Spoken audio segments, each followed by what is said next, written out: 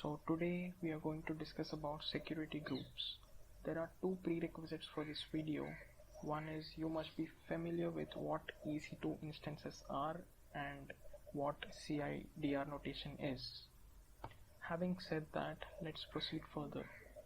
So first we are going to create a security group.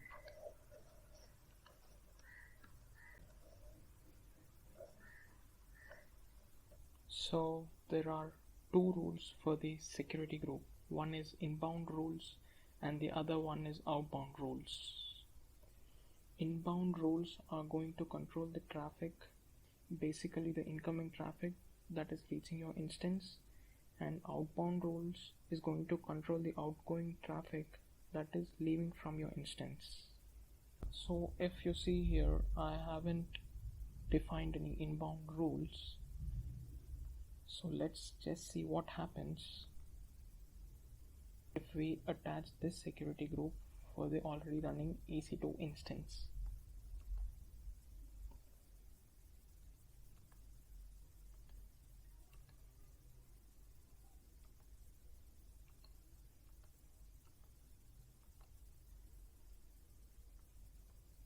So this security group has been attached successfully to the instance. Now we are going to access the instance.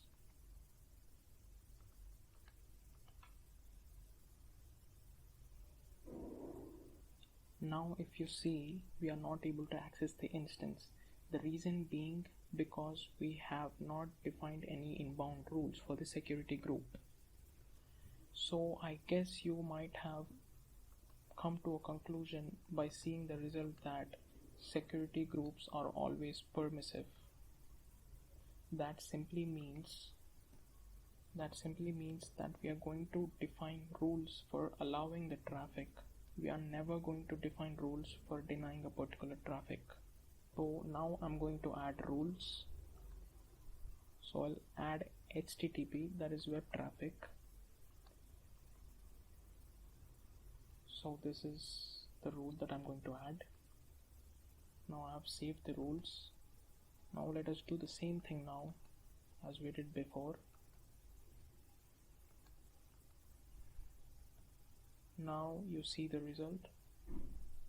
Now we are able to access the EC2 instance because we have defined the HTTP rule in the inbound rules.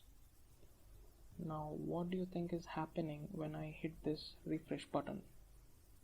First, a request is being sent to the EC2 instance, but before it reaches the EC2 instance, the web traffic is monitored by web server security group's inbound rules. So since we have defined HTTP rule there, the request is checked whether it is HTTP web traffic or not. If it is yes, then it is sent to the EC2 instance. Now once it reaches the EC2 instance, the response is sent back to the browser. Now having said that, we need to discuss about what the statement security groups are stateful actually means. So to discuss that, let's go to the security groups and let's check out the inbound and outbound rules. Now I'm going to do a bit of experiment here. I'll edit the outbound rules and I'm going to delete the outbound rules. So what do you think is going to happen?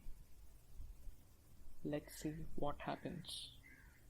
So the changes are immediate, and let's access the EC2 instance again.